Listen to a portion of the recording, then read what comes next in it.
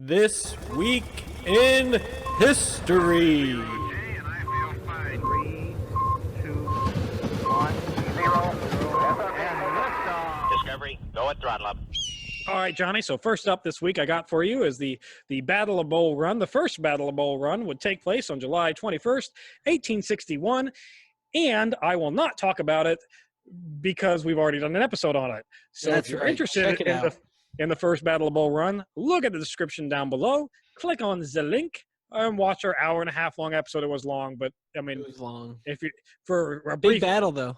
recap, it was the first major battle of the war. The Union lost, and they retreated through all the spectators that were watching it. That's right, guys, spectators that were watching the battle. So the actual thing, one of the first actual things I've got for us is that the Scopes monkey trial comes to an end on July 21st, 1925. What's the Scopes? Yeah, what? Yeah. What is the Scopes monkey trial? Well, Johnny, in Tennessee, in 1925, there was a law called the Butler Act, which makes it illegal to teach evolution in schools. Ah, However, good. this same state government mandates that the science book that you have to use is Hunter's Civic Biology, which has a whole chapter on evolution. Oh, oops. So the Shoot. ACLU, they get a hold of this and they say, we want to challenge the constitutionality of the law.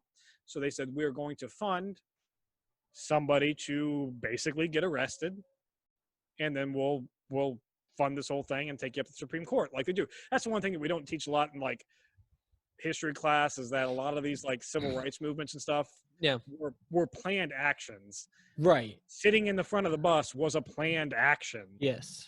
Getting arrested for teaching evolution was a planned action. They weren't surprised. Right. That's how you challenge the law. You have to make them enforce the law before you can And then you truly challenge it. So they went up to a teacher by the name of John Thomas Scopes and asked if he'd be willing to get arrested. And he said, no, I don't want to do that. Yeah, F you guys. No, thank you. But the city of Dayton, Tennessee thought it'd be really good publicity for the whole city, and they encouraged him to do it. At which point he said, if you can prove that I've taught evolution and that I can qualify as a defendant, then I'll be willing to stand trial. Well, I guess they're able to prove it because he gets arrested. If you can prove that I've taught evolution, if you can prove that I broke the law, then go ahead and arrest me. All which right. apparently he broke the law because they arrested him. Yeah, you go and you ask a student, did he teach evolution? Hell yeah, my teacher taught evolution. Arrest this man. Right? Like, name 5 teachers you wouldn't have had arrested as a high school student. Right? I can name a couple. That's why I said 5. Oh, yeah, there's a couple that I would be okay with, but there's definitely a couple I'd be like, yeah, arrest that Like, one. oh, sorry, bud. The trial ends on July 21st, and he was found guilty, Johnny, and fined $100 or $1,460 today. That's not bad. The ACLU would pay his fines and, Good for them. deal with all that stuff, so good for them. And they would take the court case up to the state Supreme Court and challenge it. In a 3-1 decision, yeah, you can't teach evolution because this is Tennessee. But they did rule that the ruling, that the $100 fine, was unconstitutional because a judge issued the fine and not the jury. It was a jury's responsibility to sentence, not the judge's. So, Wait, juries get to decide the sentence back then? I guess that's what the state Supreme Court ruled, that All he was right. found not guilty due to the judge being Maybe one the that jury didn't have an opportunity to vote on the punishment. voted or something like or that, something maybe like something that. along those lines. The Butler Act stood all the way up until May 18th, 1967. Way to go, Tennessee. That's, I would say, disappointing, but not really unexpected. It's about right for the Bible Belt. Now, And that's like the top of the Bible Belt, too. That's like you're getting close to Kentucky just sticking up over it yeah. a little bit. This next thing I'm going to preface with, I'm going to do a very brief overview of it. We are going to have a full episode devoted to the start of World War I. Ah, But this is on July 23rd, 1914. Austria-Hungary sends its demands to Serbia. So I'm going to read these demands real quick. The first demand Okay. is that Serbia has to suppress all publications which incite hatred and contempt of the Austria-Hungarian monarchy and are directed against its territorial integrity. Okay. Don't call us names. So imagine a country telling another country, you can't call us names. Yeah. Okay. I mean, China does that all the time, right? Yeah, but nobody takes them seriously. Number two, that they dissolve the Serbian nationalist organization, Narodna, and all other such societies in Serbia. So basically a nationalist organization that's kind of like think of it like people wearing Magna hats. Not disparaging anybody wearing a Magna hat, but it's like right. It's an unofficial group. It's just a mentality. It's a group mentality type. Yep. Got to get rid of that. They have to, number three, eliminate without delay from school books and public documents all propaganda against Austria-Hungary. So not only can you not say bad things about us, but you got to get rid of that shit in writing. We're going to go ahead and erase all of our history. the bad stuff. Yeah. Number four. With the bad stuff, not your bad stuff, but the bad stuff to us. Yeah. Yeah, that's fine so far. I'm on board. Number four. What's unreasonable? Number four, remove the Serbian military and civil administration and all of its officers and functionaries whose names the Austrian-Hungarian government will provide. So basically, you have to fire every general we want you to fire. They got a laundry list. We got a laundry list. Imagine China going, we're going to go to war with the United States unless they fire Mad Dog McGree or whatever his name was. What? Huh? Okay. These specific people we want fired. Okay. Yep.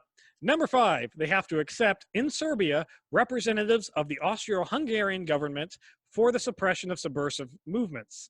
So allow Austrian-Hungarian personnel to come into your country and suppress your subversive movements.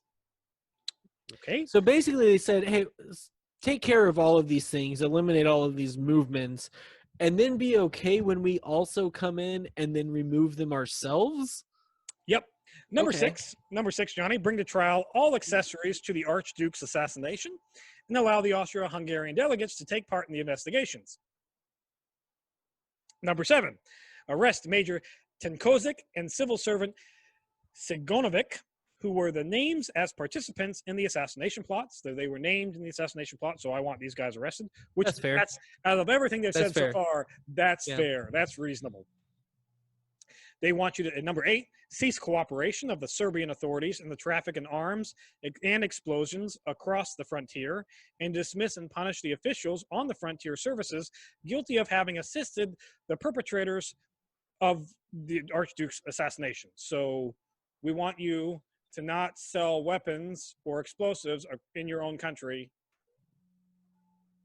Okay. And arrest any person who might have sold weapons or explosives to the criminal organization that did the whole assassination of Archduke. Which, again, is sort of reasonable, but then again, it's not, because you're asking a country to just not sell. I mean, imagine asking America to not sell guns. Happens all the time. Even the UN is like, you can't sell guns anymore, and the US went, whatever. Tommy, I'm pretty sure every American's guns were taken away like 12 years ago. Yeah, right? Number nine, Johnny.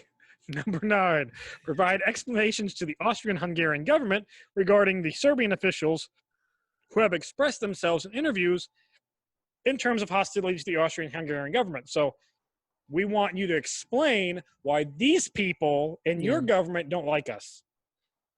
Apologize for it, Johnny.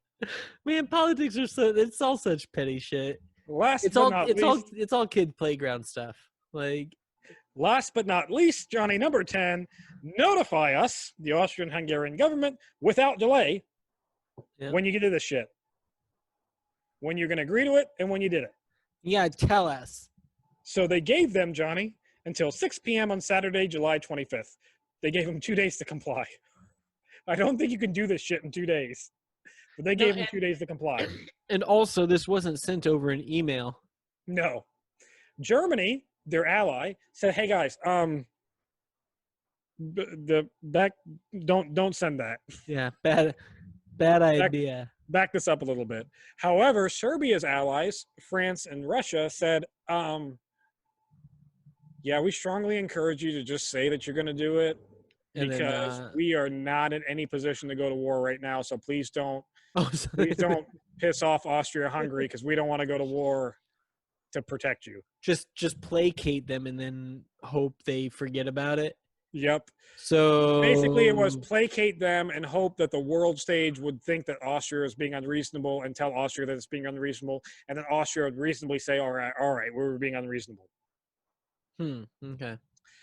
Serbia did respond on the 26th, and their response history, like there wasn't an official written response, so we don't know exactly what it is, but basically the consensus among most historians is that they agreed to all the terms except for allowing Austrian-Hungarian people into their government. So basically, we're not going to let you come in and be Right.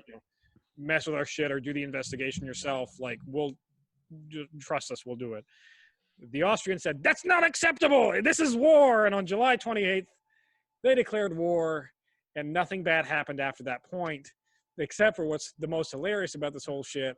The most aggressive country in this whole damn time, Austria, got its ass kicked by poor little Serbia like the entire war.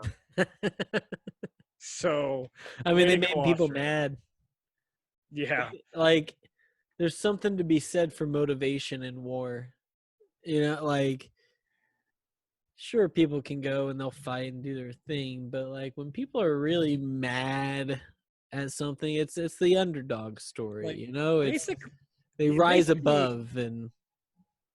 basically in both world wars, Germany had a bad habit of picking really shitty allies. Like in World War One, Austria-Hungary was a shit ally. They had to rescue them pretty much the entire damn war. World War Two, I mean, Italy was a shit ally, and they had to rescue them the entire fucking war. I mean, to be fair, good luck getting good allies when your ideology is so fucked. Yeah. like we're gonna like get rid of a pretty large portion of our population for the better of the human race. Are you guys all okay with that? Also, to be fair with Germany, that wasn't World War One. Well, no, I was But in jumping World War ahead. One, this is Germany in World War One. To sum it up real quick, Austria don't do that. Oh, you did it anyways. Well, shit, this is gonna bite us in the ass. I'm worried about France intervening, so I'm gonna attack neutral Belgium, and then go into France with a Schlieffen plan real quick before any declaration of war is given. Because Good idea. surprise. I mean, But we'll get into this more at a later date. We'll actually do a whole like how World War One happened in an episode, because it's really like a 5-minute thing isn't really do any this credit. wasn't 5 minutes, but I get what you're saying. Yeah, yep. And that, Johnny, is This Week in History. And that's This Week in History.